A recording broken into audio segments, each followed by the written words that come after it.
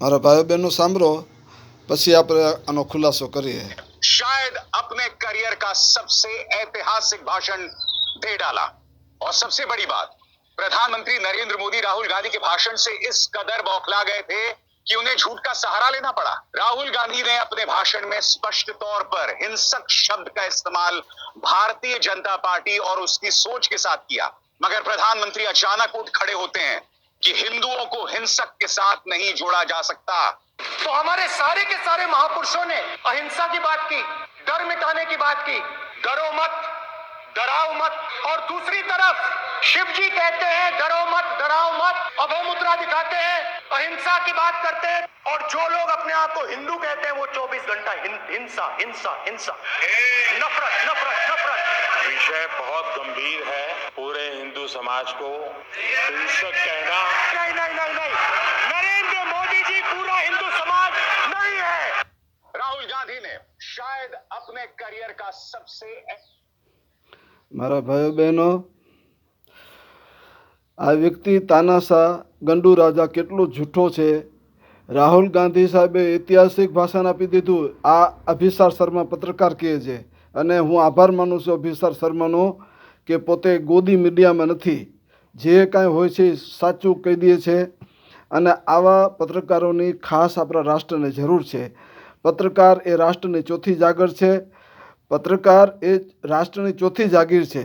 પત્રકાર જો એક સમજો કે આઈનો છે, આઈનો અરીસો છે, એને જેવું હોય એવું બતાવી દેવું જોઈએ। પરંતુ આ તે ગોદી મીડિયાઓ છે ને, અત્યારે આ ગંડુ રાજાની ચાપલુસીમાં લાગ્યા છે, બરાબર।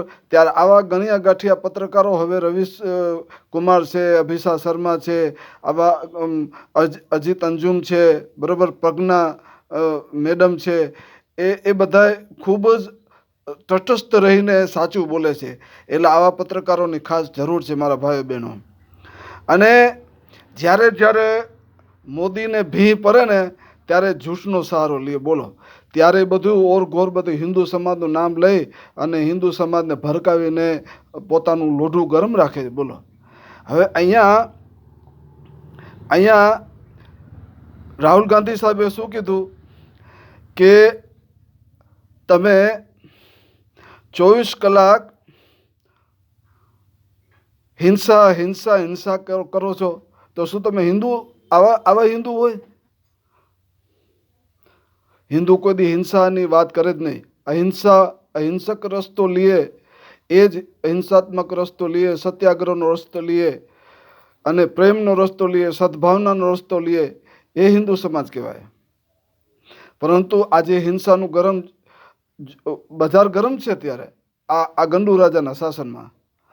જેવું રાહુલ ગાંધી સાહેબે કીધું કે હિંસા જ તમે કરો છો 24 કલાક, તો આ ગંડુ રાજાએ બધો આખો મુદ્દો હિન્દુ ધર્મ ઉપર બનાવીને મૂકી દીધો, બોલો, કે આ રાહુલ ગાંધી તો આપણા હિન્દુ સમાજને હિંસક બતાવે છે, હિન્દુ સમાજને હિંસક બતાવે છે। ત્યારે રાહુલ ગાંધી તરત જ વળતો જવાબ દે છે, તરત જ, કે નહીં, હિન્દુ સમાજને નહીં, હું રાહુલ ગાંધી હિન્દુ સમાજને નહીં, પરંતુ ફક્ત આ નરેન્દ્રભાઈ મોદીને જ હિંસક કહું છું। અને મોદી કાંઈ છે ને હિન્દુ સમાજ નથી, એ હિન્દુ સમાજના નામના રોટલા શેકીને પોતાનું રાજકારણ સલામત રાખ્યું છે। મારા ભાઈઓ બહેનો, આ ગંડુ રાજા જ્યારે પોતાની ખુરશીને અંદર ભી વધે ત્યારે હિન્દુ સમાજને પાનો ચરાવે છે કે હિન્દુ સમાજ ખતરામાં છે, હિન્દુ ધર્મ ખતરામાં છે, અને આમ ને તેમ ને પાકિસ્તાનને ત્રાસવાદીને આવા બધા એવા મુદ્દા ઊભા કરી અને આ બધાએ હિન્દુ સમાજને એવો ધર્મનો પાનો ચરાવી અને હિન્દુ સમાજને અવરી દિશાએ લઈ જાય છે, બોલો। ખરેખર આ દુઃખદ બાબત કહેવાય। હિન્દુ સમાજને સમજવું જોઈએ કે આ ગંડુ રાજા કોઈનો થયો નથી। આ તમારા નામનો તમારા ખંભા ઉપર બંદૂક રાખીને પોતાની ખુરશી સલામત રાખે છે આ ગંડુ રાજા।